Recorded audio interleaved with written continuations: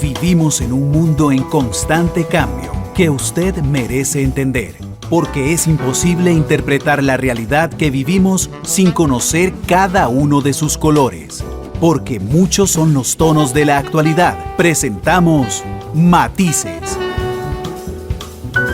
Una producción de Noticias Monumental.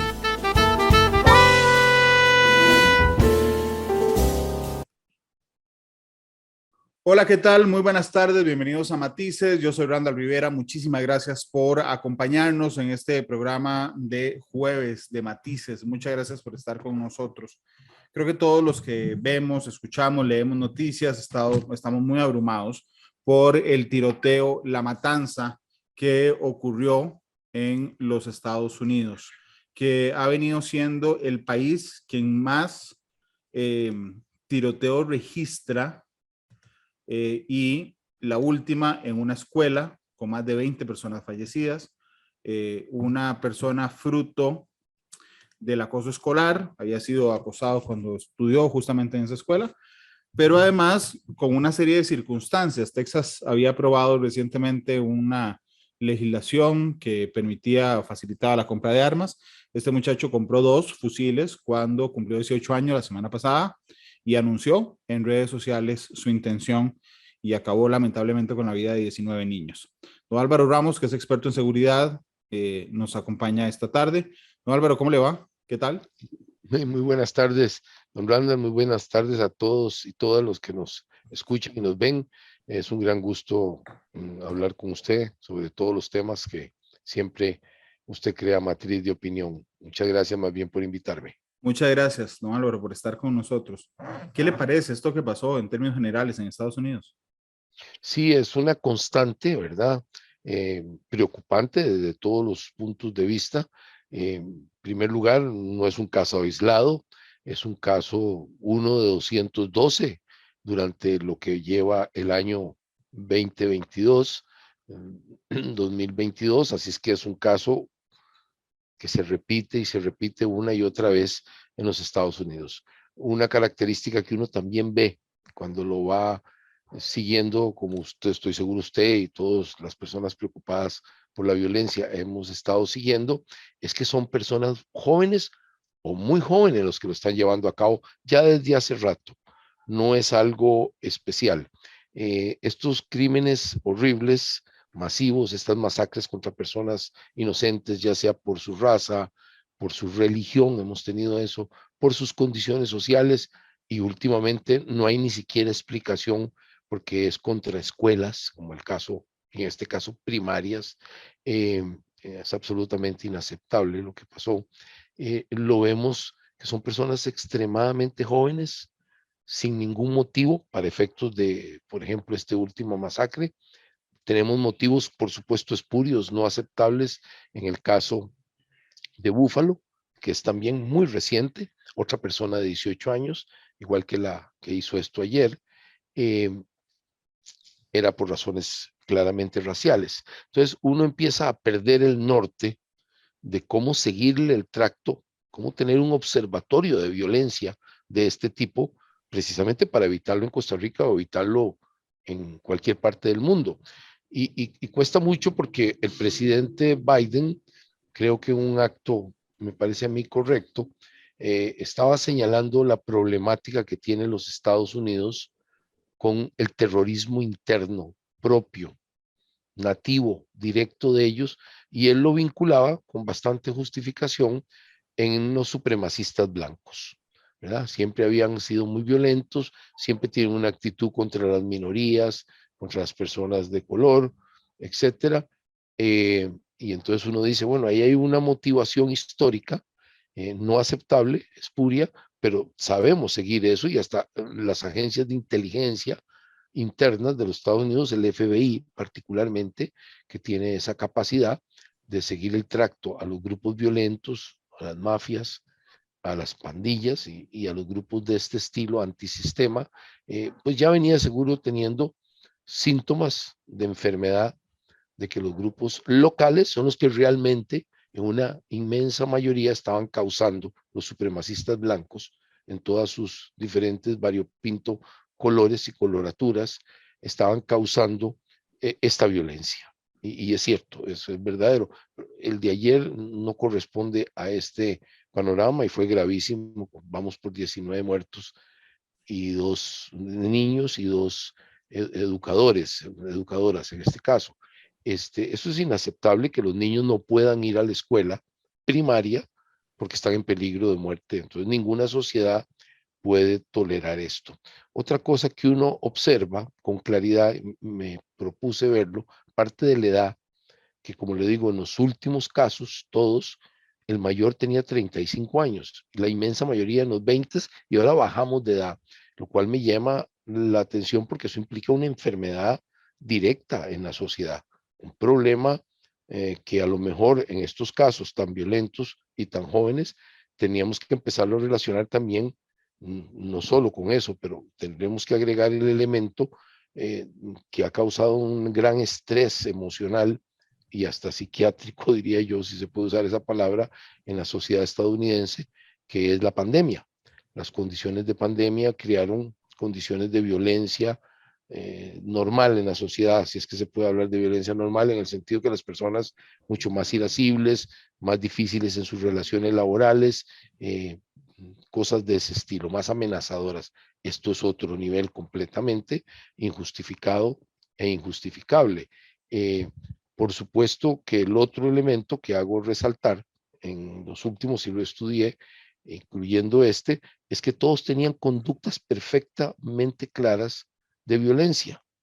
Algunos ya habían tenido un pasado criminal, pequeños criminales si se quiere ver, pero eran criminales, y en este caso, este individuo había dado todos los síntomas, incluyendo el uso de pistolas de balines para agredir a las personas que no le habían hecho nada. Entonces ya tenemos claramente que las personas no es que son casos aisladísimos. Nos llama la atención porque suceden tiempo a tiempo y con comunidades que no tienen absolutamente nada que ver con el hecho en sí mismo, nada más sufren los terribles resultados. Pero en el caso concreto, todas estas personas ya habían mostrado una conducta y la sociedad norteamericana, y supongo que nosotros tenemos el mismo problema en el sentido de cómo tratamos a nuestros potenciales delincuentes, no detectamos bien y si detectamos bien no actuamos, no reprimimos bien las conductas violentas en el hogar, las conductas violentas con la mamá, con la abuelita, exactamente todo lo que sucedió con este individuo ayer, hirió gravemente a su abuelita, su mamá estaba permanentemente amenazada y en conflicto con él, conflicto doméstico, así es que todas las conductas estaban claras, no son que aparecen por generación espontánea, son delincuentes que mostraron una conducta delincuencial perfectamente clara. Las sociedades no saben dar respuesta, no saben reprimir esas conductas y estamos pagando un precio altísimo. Don Álvaro, yo quisiera sumar algunos elementos a lo que usted nos señala, digamos, como los denominadores comunes de esta violencia. Fácil acceso a armas, muy, muy fácil. Digamos, este muchacho, 18 años, simplemente fue y las compró. O sea, no requirió ningún demostrar que tenía un curso o algo por el estilo, ¿verdad? O un examen psicológico, por O ejemplo. un examen psicológico, ¿está bien? No tuvo que demostrar nada, es decir, fácil acceso a armas, personas jóvenes, además que lo anuncian, y este es un elemento que yo quisiera poner sobre la mesa, lo anuncian en redes sociales. Vaya usted, ponga una mala palabra en redes sociales para ver cuánto dura esa palabra en redes sociales antes de que lo censuren y lo califiquen en Facebook, por ejemplo, y lo eliminen. Resulta que un muchacho anuncia en redes sociales que va a ir a hacer una matanza y la red social no reacciona a tiempo. Entonces, tenemos varios elementos, la juventud, los supremacistas blancos, la facilidad de obtener armas, el poco control sobre desequilibrios emocionales y psicológicos y el papel de las redes sociales, don Álvaro. Este caso realmente usted tiene toda la razón, es muy llamativo porque él anuncia, él muestra en redes sociales que por decir una palabra no correcta, no políticamente correcta, suspenden a gente en Facebook por 30 días, etcétera, lo cual precisamente anda buscando esos elementos de la violencia verbal, etcétera, que utilizan mucho, por supuesto, las personas que tienen una actitud de violencia contra grupos minoritarios y todo. Precisamente Facebook tiene esas defensas. Concuerdo con ustedes, extrañísimo, porque dio todas las muestras. Y lo más interesante de esta persona, que parece haber tenido una niñez y una, digamos, una juventud, sobre todo como estudiante, muy cargada de contradicciones, que sufría mucho bullying, etcétera. Su tipo de vida no corresponde en lo más mínimo ni a los que utilizan armas, ni a lo que llamamos los rednecks en los Estados Unidos, que es el típico persona sureña, de Texas, de Nebraska, esa gente con pickups y con los rifles atrás, etcétera. No corresponde en lo más mínimo, porque incluso es una persona de preferencias sexuales diferentes que no califica en el estilo, en el prototipo. Así que tendremos que analizarlo, no por personas, ni siquiera por ideologías, porque no parece tener una ideología particular este individuo más que la violencia. Tenemos que calificar porque hay una enfermedad en la sociedad, una enfermedad en la que la violencia se glorifica, en la que tenemos, por supuesto, programas en los que se glorifican a los narcos, que se glorifica al que le gana a todo el mundo, los videojuegos o como se llamen esos, que son muy adictos estas personas todavía a esa edad, a esos juegos. Parece haber tenido precisamente un problema con un par de videojuegos, de esos violentísimos en los que se mata a la gente y no pasa nada. Así es que es un conjunto de cosas que han enfermado a la sociedad, y no puedo evitar también, obviamente, pensar en el consumo de drogas. Es imposible no pensar en esos términos. Los supremacistas blancos consumen drogas, estos personas, aquellos militares que han hecho, estando en el servicio, exactamente en Texas, también un doctor, un psiquiatra, mató a varias personas dentro de una enorme instalación militar, y uno al final, cuando empieza a estudiar, siempre estaban los signos ahí, siempre estaban los signos, las, las luces rojas llamando la atención, y por supuesto drogas. Al final el consumo de drogas, es una sociedad que tiene esa problemática. Otras sociedades grandes, bueno, hay una historia también en los Estados Unidos y particularmente en esta parte de Texas, usted lo ha tocado correctamente, hay un historial de relación de la sociedad histórico que viene desde, digamos, finales del siglo XVIII y principios del siglo XIX, y por supuesto todo el resto del tiempo, pero cuando se empezaron a formar estos estados y esas sociedades demasiado híbridas, llenas de gente que llegaba de Europa, la gente que votaba de Europa un poco en aquella época, eran muy violentos, y estas sociedades nos trajo esta problemática. En el caso concreto de Texas y algunas partes fronterizas, hay toda una teoría política, ya que usted quiere tocar por qué Texas es como es, y usted resalta con claridad que acaban de pasar una ley en la que no la compra estaba permitida, y hacen una pequeña diferencia que me gustaría, ya que vamos a tocar el tema. En cuanto a comprar armas, las personas de 18 a 21 años pueden comprar rifles y escopetas. Efectivamente, aquí hubo un problema, como usted lo señala, compró un par de rifles. Le permitía la ley. Curiosamente, no podía comprar pistolas o revólveres para poner de mano, arma pequeña de mano, hasta los 21 años. Nada más para tener claro las pequeñas limitaciones que hay en este campo, pero las había. Y él hizo exactamente lo que tenía que hacer. ¿Y dónde consiguió la pistola? Porque aparentemente se andaba también una pistola. Y luego lo que sí la ley, la 1900, si no me equivoco, 27, lo que provoca es el permiso para andar los rifles abiertamente. Para nosotros es un poco extraño ese permiso, y para muchos países lo será, pero uno los ve en manifestaciones a los supremacistas blancos y algunos de estos duros del sur de los Estados Unidos, que les gusta mostrar esa hombría basada en armas, me parece a mí, que no se justifica. Las armas tienen una función de defensa, una función militar, una función policial, no son para exhibir machismo o cosas de esas, y efectivamente andan, es sorprendente, aún en reuniones políticas y todo, que andan con el rifle al hombro. Eso es legal. Más bien esconderlo o esconder el arma es la parte que los convierte un tema por lo menos de ilegalidad o de llamada de atención. Y sí, eso viene de, no podemos obviar la historia de esa zona del país, quién la colonizó, cómo se conquistó, por lo menos desde el punto de vista de los anglosajones, y fue así, con armas y llegando a las fronteras donde estaban las tribus que eran hostiles a la llegada de los blancos, por supuesto, con razón, y todo se generó y se hizo basado en la fuerza de las armas y en el uso y la capacidad de los civiles, no de los militares, eso vino después, de ir conquistando territorio que sería hostil para cualquier persona basado en las armas. Es una población también, por lo menos este tipo de personas que conquistaron el oeste, que venía de las partes fronterizas en Escocia, Inglaterra, y siempre eran muy violentos. La característica sociológica es que eran muy violentos, así como los del este eran señores más aristocráticos, los que llegaron, trataron de implantar las costumbres de la aristocracia, y lo vemos en películas como Lo que el viento se llevó, solo por llamar una que creo todos hemos visto, donde tienen una actitud aristocrática algunos. eh, Estos tipos venían de las zonas violentas del Reino Unido, y esa teoría sociológica la vemos representada hoy, que son las regiones donde tenemos problema.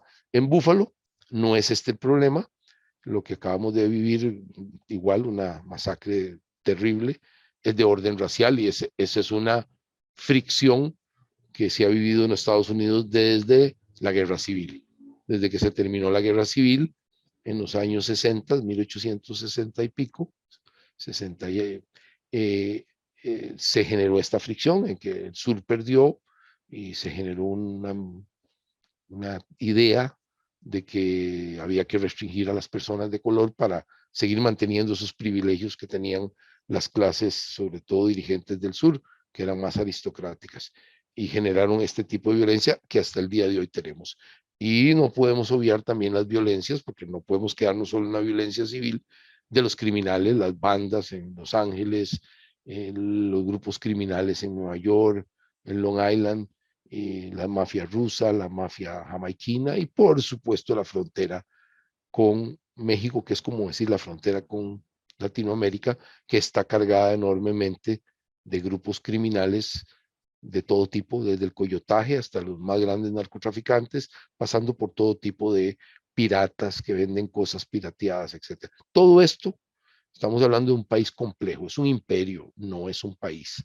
Tratarlo como si fuera Costa Rica o fuera Ecuador es un grave error histórico, y es un grave error de análisis. Es un imperio de 335 millones de personas de todo tipo, no existe un país más diverso que ese, con todas las culturas, todas las religiones, y eso causa fricción que se refleja en una sociedad que debería ser muy rica, muy próspera, muy buena para todos, pero aquellos que se quedan en los márgenes, aquellos que no logran ser el norteamericano idealizado que logró por lo menos una riqueza material, tiene estas actitudes.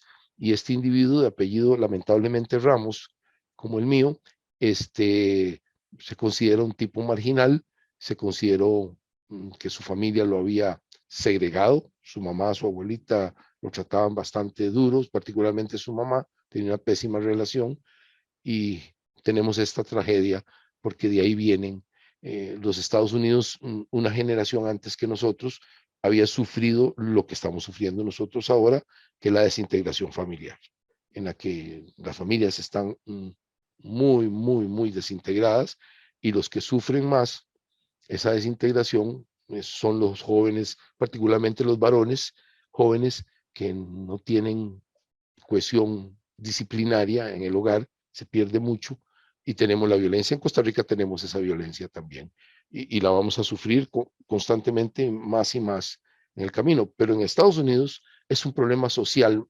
terrible, hace rato lo tienen y se refleja en casos como este.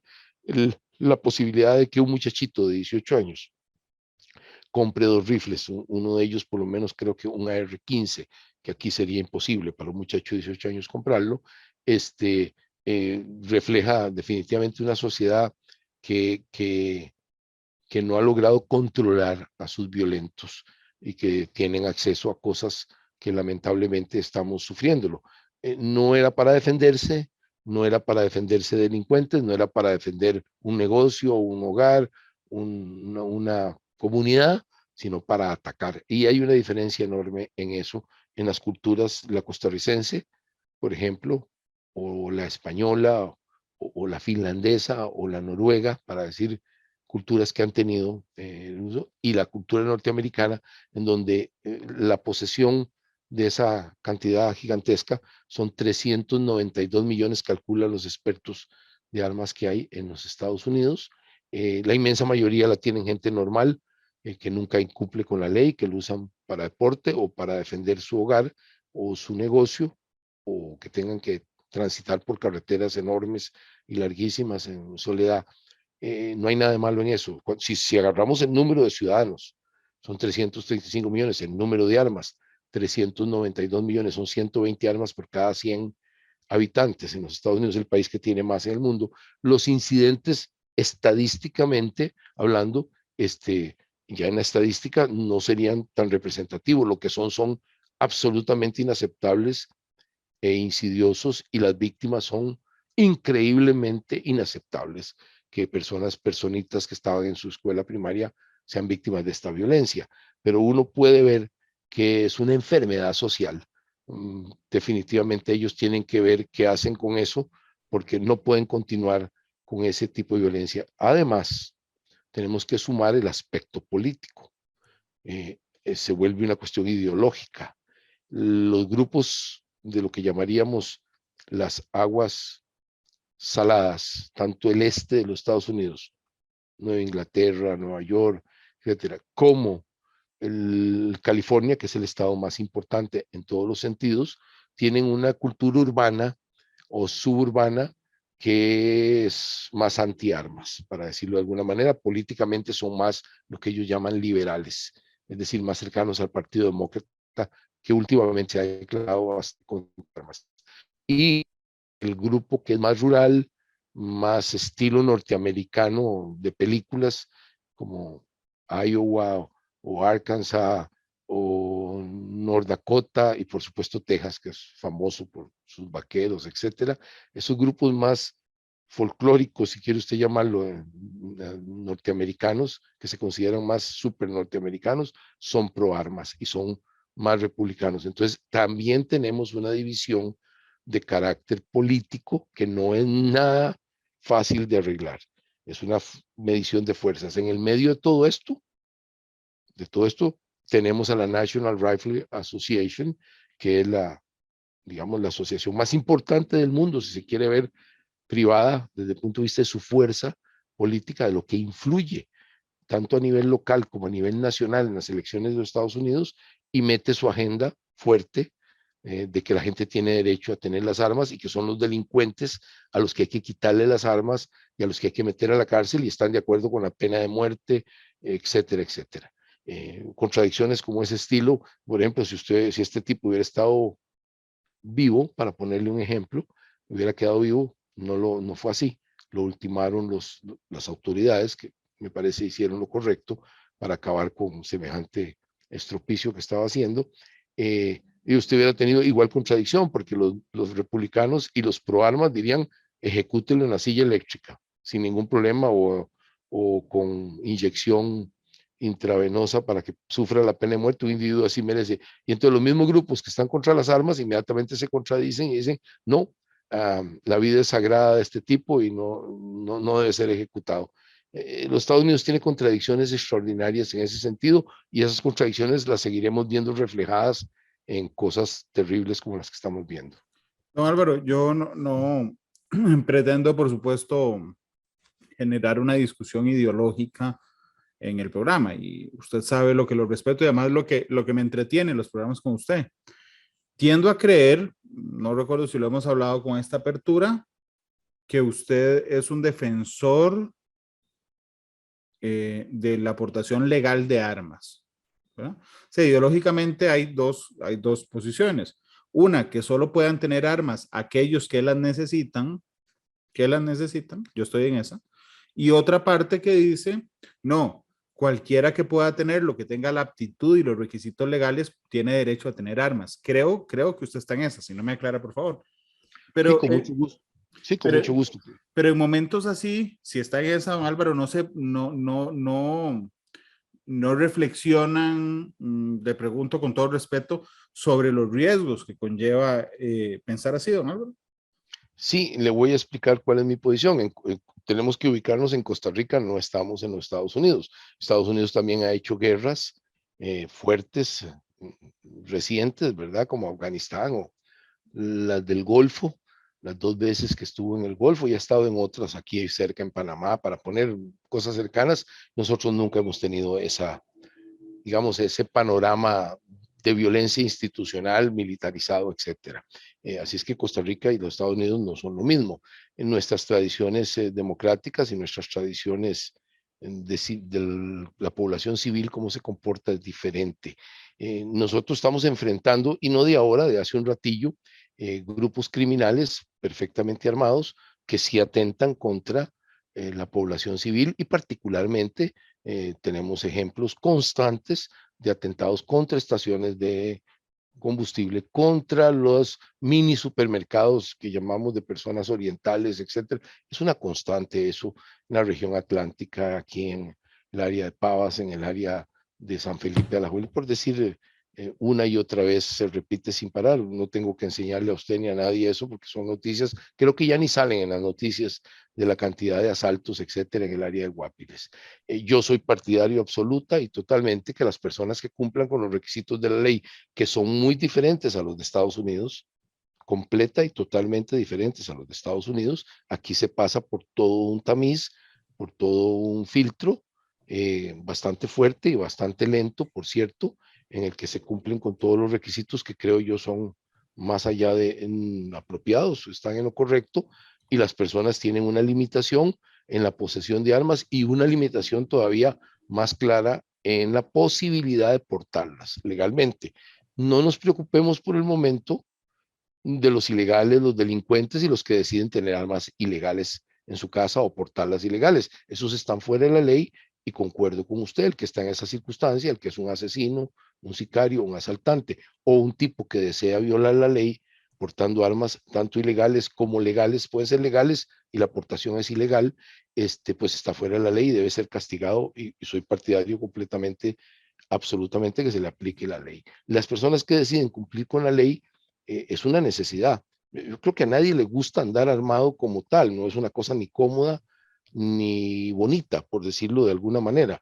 Me parece que es una necesidad porque también la policía no tiene la capacidad ni de defender a todos los habitantes en la situación actual de Costa Rica, un área, por ejemplo, como el Gran Chacarita o las carreteras nacionales costarricenses, donde del todo no hay presencia policial, no existe. Usted va de aquí a Guanacaste y la presencia es mínima para 200 y pico kilómetros, 225 kilómetros que usted vaya de San José a Liberia.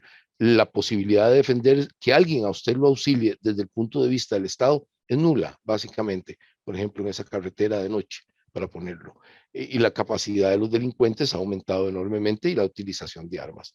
Mi experiencia, acaba de haber una ayer de una persona que se defendió. El individuo que lo estaba asaltando, por cierto, andaba con un grillete electrónico. La persona se defendió con el arma y tuvo posibilidades.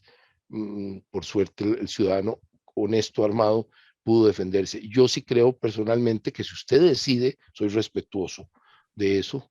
En la ideología mía soy respetuoso en la libertad. Si usted decide no estar armado porque le molesta, porque le estorba, porque le da miedo a las armas, lo respeto, las armas no son un juguete y no son un lujo, son una cosa que es seria y son definitivamente un asunto que debe ser conservado, cuidado, mantenido con toda la profesionalidad que se pueda, si es que se puede al máximo.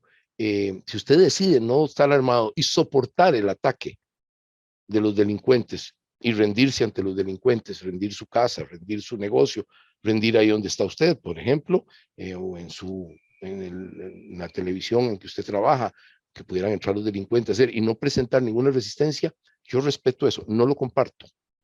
Creo que si la sociedad entera se defiende de los delincuentes correctamente, se organiza, al final podemos obtener resultados sorprendentemente buenos. Pero si rendimos todas las plazas a los delincuentes, nos van a ganar y el país pasa a ser una dictadura de los delincuentes, que es el peor escenario posible, donde ellos están armados y los demás se vuelven súbditos de los delincuentes o del terrorismo delincuente. Yo no comparto esa posición. Yo comparto la posición de que la autoridad constituida del OIJ, Ministerio de Seguridad Pública, la Policía Carcelaria, son la primera línea de defensa. Claramente creo que son ellos a los que corresponde. Pero como no, eso no es una realidad, sería una gran mentira decir que pueden sostener todas las líneas de defensa individuales del país. Si alguien está decidido y organizado, sería mejor todavía como comunidad a defenderse de los delincuentes. A mí me parece que si cumple con la ley, hay una moderación. Ya el sistema está muy moderado. No somos Estados Unidos, ni mucho menos. Larguísimo de eso.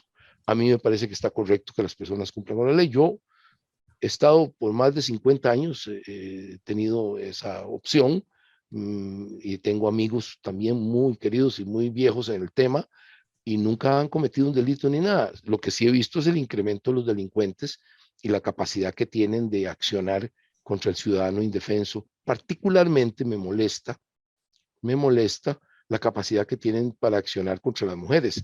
No conozco ningún violento de esos que atacan a las mujeres en su casa, parejas o exparejas, que lo haría si la señora tuviera entrenamiento en armas. Yo no lo conozco, me encantaría que usted me lo enseñara, que le haga una violencia doméstica a una señora que se puede defender. Así es que es un asunto de visión. Mi visión es antidelincuente.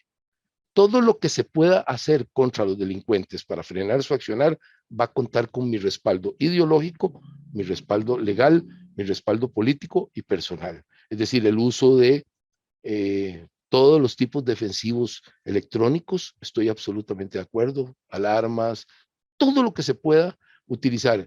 Y la última defensa, cuando el delincuente penetró nuestros círculos más íntimos violentamente, sí estoy de acuerdo en el uso de cualquier tipo. Prefiero las armas no letales, si se pudiera dominar a los delincuentes, tengo mis dudas con eso, pero las armas letales son las que pueden frenar un ataque ilegal, injustificado y espurio de los delincuentes. Entonces sí, las personas que cumplan con la ley, desde mi perspectiva, tienen ese derecho. Nosotros no hemos tenido el problema, no podemos heredar un problema que tienen los Estados Unidos, casi único de ellos.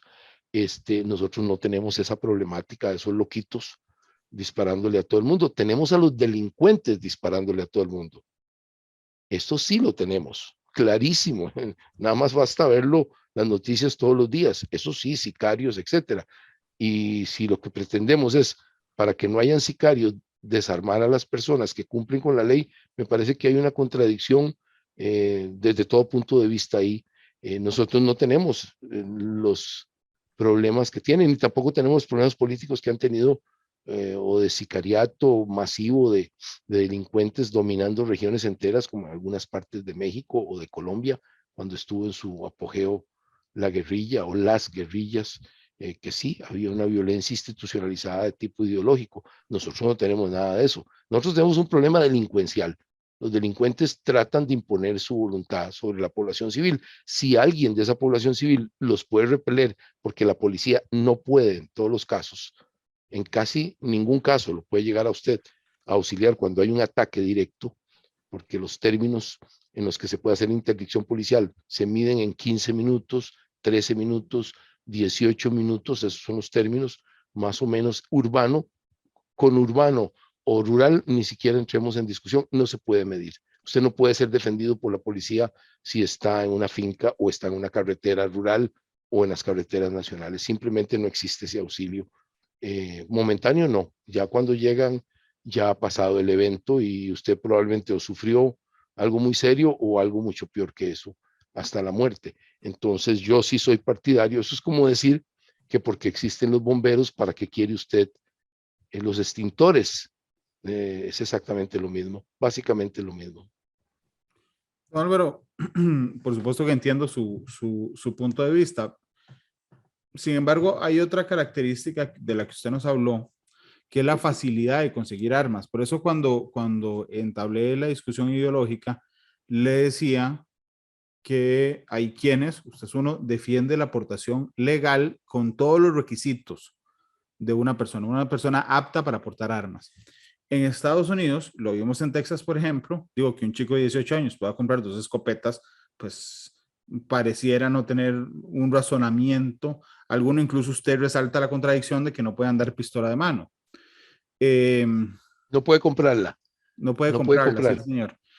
Aún entendiendo ese punto de vista, don Álvaro, ¿no le parece, esta es una opinión, que deberían en Estados Unidos, en vista de las circunstancias, complicar la obtención de armas? Es decir, un examen psicológico, no sé, que se pueda adquirir conforme avance la edad, algo por el estilo, don Álvaro. Sí, me parece que hay varios, ellos le llaman loopholes, huecos para empezar, que tiene usted toda la razón, además yo concuerdo con eso.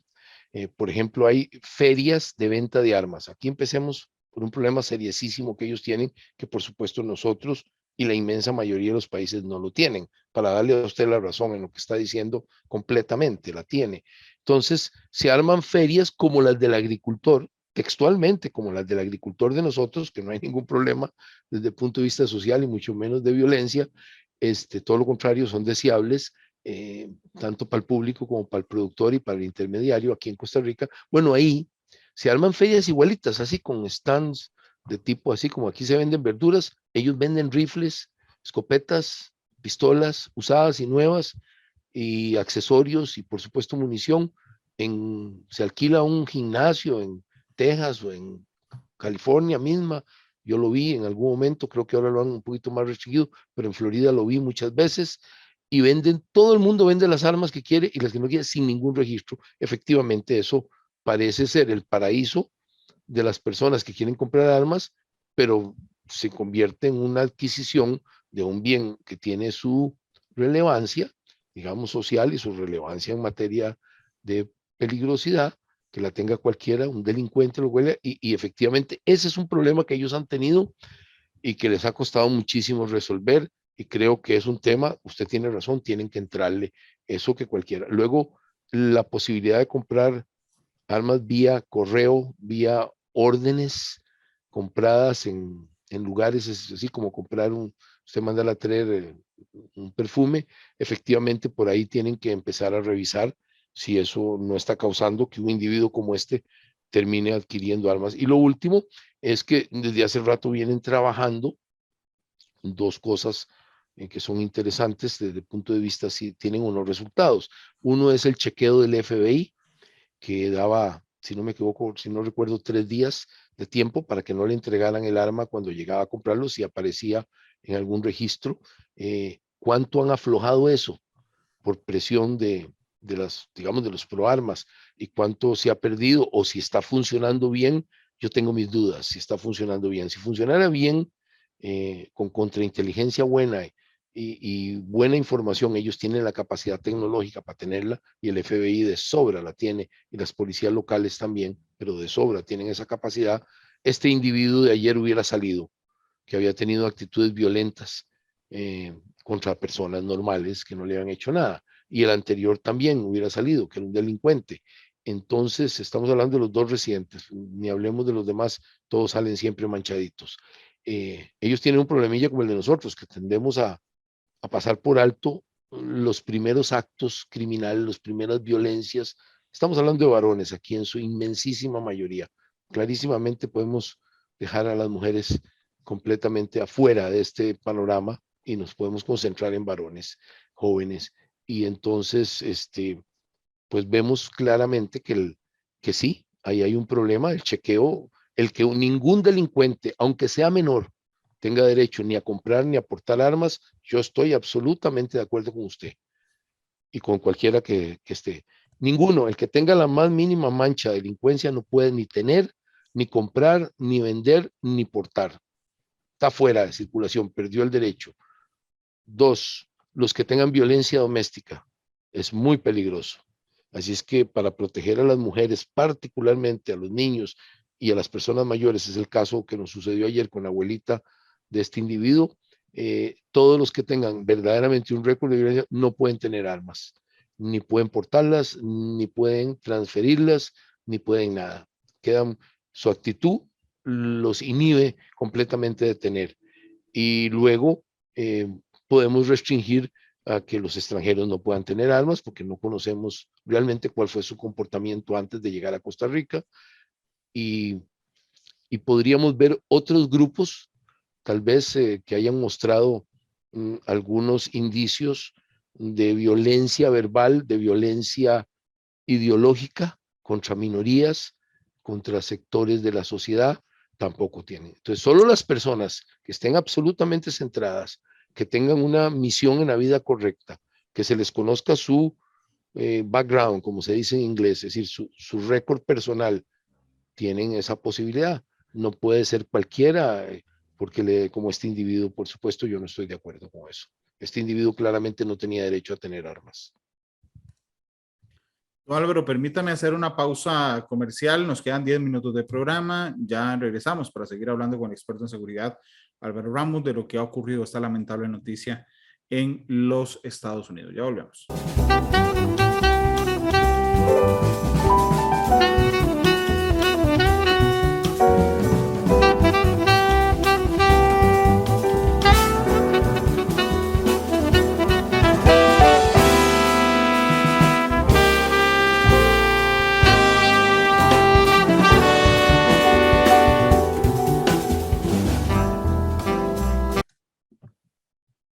Regresamos a Matices. Gracias por estar con nosotros. Don Álvaro Ramos, experto en seguridad, nos acompaña este jueves. Don Álvaro, usted decía antes, cuando nos explicaba el juego político que hay en Estados Unidos con la Asociación Nacional del Rifle, y que normalmente esas dos fuerzas están en tensión, ¿verdad? Que no es fácil de resolver. Yo me animo, y quisiera dedicar la última parte del programa a esto, a pensar que no están en colisión ni hay un estrés o una tensión sobre eso. Creo, viendo la legislación estadounidense, don Álvaro, y quiero saber qué opina, que la Asociación Nacional del Rifle ha ganado. Es decir, no hay ninguna tensión. Ha ganado todo. Ha impedido el lobby, la regulación, ya sea de prohibir la aportación de armas en general, que es un extremo, o de lo que compartíamos antes de la pausa, de aumentar los requisitos para tener armas. Ha ganado hasta el momento, pese a todo, la Asociación Nacional del Rifle. Don Álvaro, ¿qué le parece? Ha ganado y ha perdido, las dos cosas. Conozco bien la historia de ellos de hace mucho tiempo y recibo sus publicaciones periódicamente, así es que estoy bastante al día. Mire, efectivamente usted tiene razón, ha tenido la posibilidad de sostener en público y en privado las tesis de ellos y no han logrado, digamos, eliminar o restringir seriamente la aportación. Pero eso es cierto parcialmente. Es totalmente cierto a donde hay una vinculación política. Y repito, Texas es el caso y por supuesto los estados rurales del centro de los Estados Unidos son perfectamente claros en eso. Ha habido lugares donde existen restricción, por ejemplo en California, ha habido restricción desde siempre del número en el magazine, de la capacidad de los magazines, particularmente de las pistolas, para empezar la conversación, y después de los rifles, que no pase de 10. Ha habido restricciones fuertísimas en la ciudad de Nueva York, en donde se restringió totalmente la aportación de armas, etcétera, y la compra. Y lo que ha sucedido, y en esto tiene usted razón, se la voy a dar correctamente, es que los republicanos, metódicamente, para suerte de ellos, dado que el último árbitro que toca interpretar la segunda enmienda de la Constitución, vea si es importante el tema para ellos, culturalmente, legalmente, constitucionalmente, que la segunda enmienda es la que garantiza. La segunda enmienda de la Constitución, hubo una primera enmienda, por razones lógicas, en esa Constitución que ha sido muy pocas veces cambiada, la segunda fue para garantizarle a la gente la posibilidad de poseer armas y defenderse en el fondo. Claro, habla de una milicia del estilo aquel del finales del siglo XVIII, pero para efectos de la interpretación moderna es esto lo que nos interesa, no la interpretación muy antigua de hace 2 siglos. Y en esa interpretación, el árbitro final no solo son los jueces de instancia, que también se pronuncian, y crean jurisprudencia y las han estado creando los últimos años a favor de las armas, sino que la Corte Suprema, que es realmente allá en Estados Unidos, su misión es la interpretación final de la Constitución, ha dicho claramente, ha venido sosteniendo últimamente que es un derecho constitucional. Y eso se ha venido reforzando, y usted tiene razón, no hay manera muy fácil de cambiarlo, porque tienen en este momento, para suerte de ellos,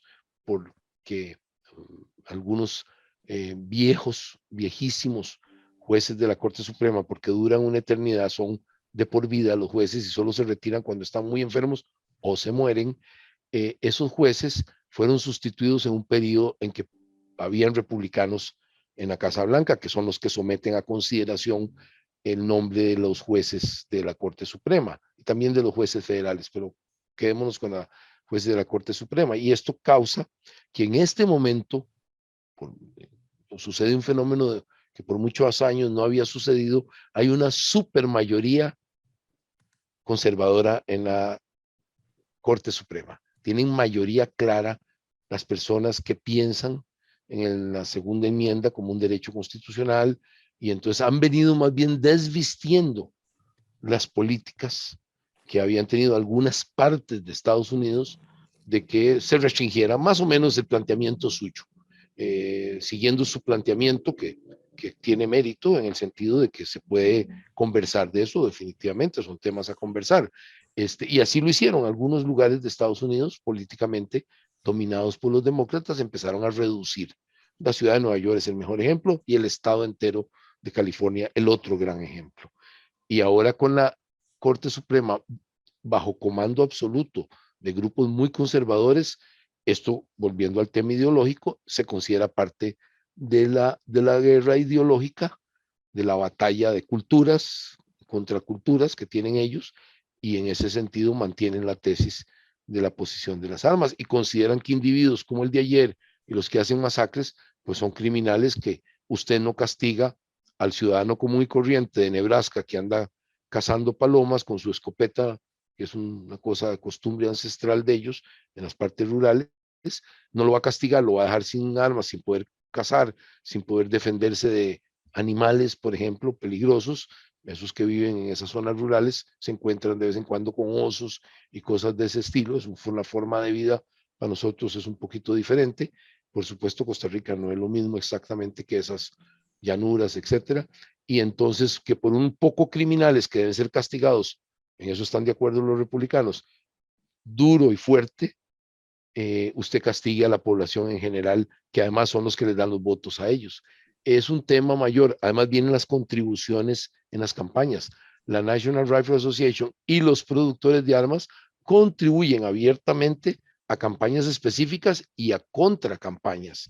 Cuando hay un individuo que tiene posibilidad de llegar al poder en cualquiera de los poderes estatales, locales o federales, y ese individuo es antiarmas, ellos realizan una campaña masiva, fuertísima en contra de esa persona, que puede ser candidato a lo que sea, a fiscal o a jefe de policía o por supuesto a senador local o federal o congresista, ni se diga presidente. Y entonces ellos hacen campañas muy efectivas, es el lobby más efectivo probablemente en los Estados Unidos, y estamos hablando que en Estados Unidos hay lobbies de todo tipo. El de las armas es el más efectivo, y entonces usted tiene razón, ha mantenido una posibilidad, ha mantenido abierto a los Estados Unidos como el país con más armas en el mundo, 392 millones de armas en manos de los particulares. No estamos hablando del arsenal federal, que es diferente, y el de las policías, ese no está en juego aquí. Todo el mundo está, creo ahí hay un consenso general de que las policías están bien armadas, y por supuesto el ejército y las fuerzas armadas están bien armados, no existe discusión al respecto, pero los civiles es el tema, y es el país que tiene el 46% de todas las armas del mundo, lo cual es extraordinario, digamos, desde el punto de vista numérico, sí es bastante llamativo. Don Álvaro, le agradezco muchísimo que nos haya acompañado hoy, realmente ha estado muy interesante, como siempre que usted está invitado, así es que muchas gracias, don Álvaro. No, con mucho gusto, y estamos a sus órdenes. Muchas gracias, cuénteme con qué canción le gustaría irse hoy. Y ahí vamos a ver, la Desiderata, para desear, ¿se acuerda la Desiderata? Sí, por supuesto que sí. Para desear que volvamos a la paz, porque claro, usted y yo y cualquier ciudadano que cree en la ley, en la paz social, yo soy ferviente creyente de eso. Ya llegué a viejo y me gustaría seguir viviendo en una sociedad pacífica, la nuestra y la de todo el mundo. Y desiderata que volviéramos a obtener la paz y estoy muy preocupado por lo que está sucediendo. Don Álvaro, muchas gracias por habernos acompañado. Gracias a ustedes que nos acompañaron a lo largo del programa. Desiderata. Despide Matices. Feliz tarde. Hasta luego. Todas las perspectivas, cada punto de vista. Exploramos la realidad y cada uno de sus tonos. Esto fue Matices por Radio Monumental.